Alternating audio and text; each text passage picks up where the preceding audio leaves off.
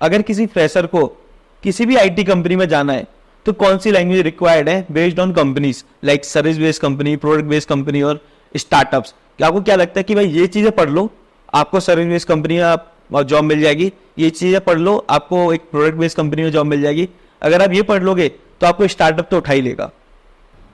Got तो actually क्या है मेरा सोचना कि सर्विस बेस्ड थोड़ा अलग तरीके से चलता है एंड प्रोडक्ट बेस्ड बिल्कुल अलग तरीके से सोचते हैं। तो अभी सर्विस बेस्ड क्या है ना कि they are hiring for the client and they have certain requirement.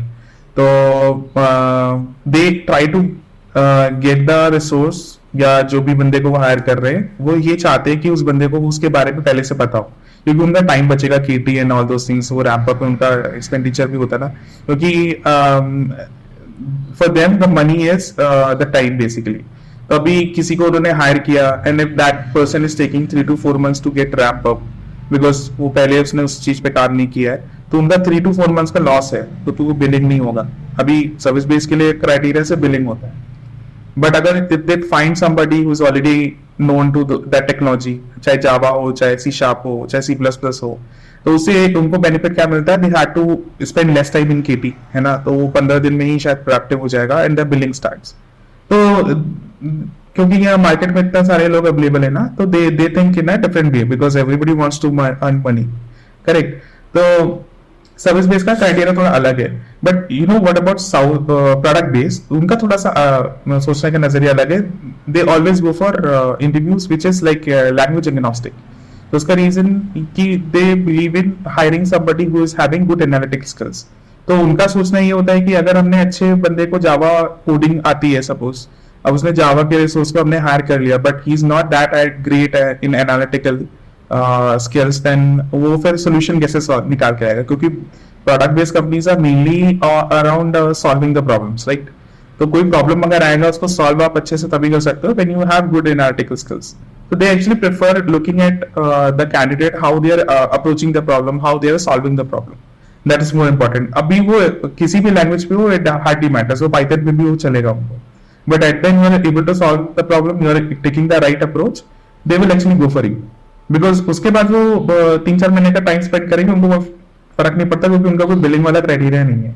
But after that you are going to work directly on features, and those features will in turn bring lot of revenue to the company, which anyway suffice for both of sides, like win-win situation है दोनों के लिए। तो that's why service based में थोड़ा सा अलग criteria है and then product based में थोड़ा अलग criteria है। हाँ, when it comes to startup, no, they also have some sort of mindset which is very close to product based, but they are in between service based and product based because उनका budget का constraint होता है। They are not they're kind of having similar business model जैसे service based companies का होता है, more or less। तो they also try to find someone who is very good in analytical skills but may not be perfect in maybe Java tech stack or या C++, whichever language they are hiring for, क्योंकि उनका tech stack अगर C++ पे based है या may be Azure भी आता है, AWS आता है, मतलब cloud पे अगर चले जाएं, तो they try to find somebody on who's already working on those things. So it's an add-on for them, but still they also look for analytical skills because they are also trying to solve some problem. Startup भी पूरा इसी पे based होता है कि they are finding some problem in real time, real world का, and they are trying to solve it.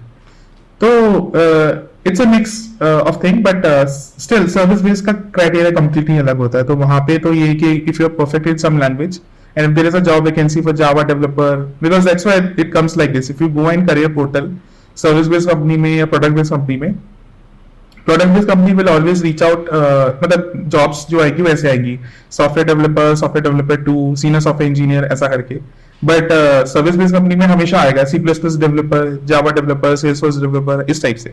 तो that's a difference between two.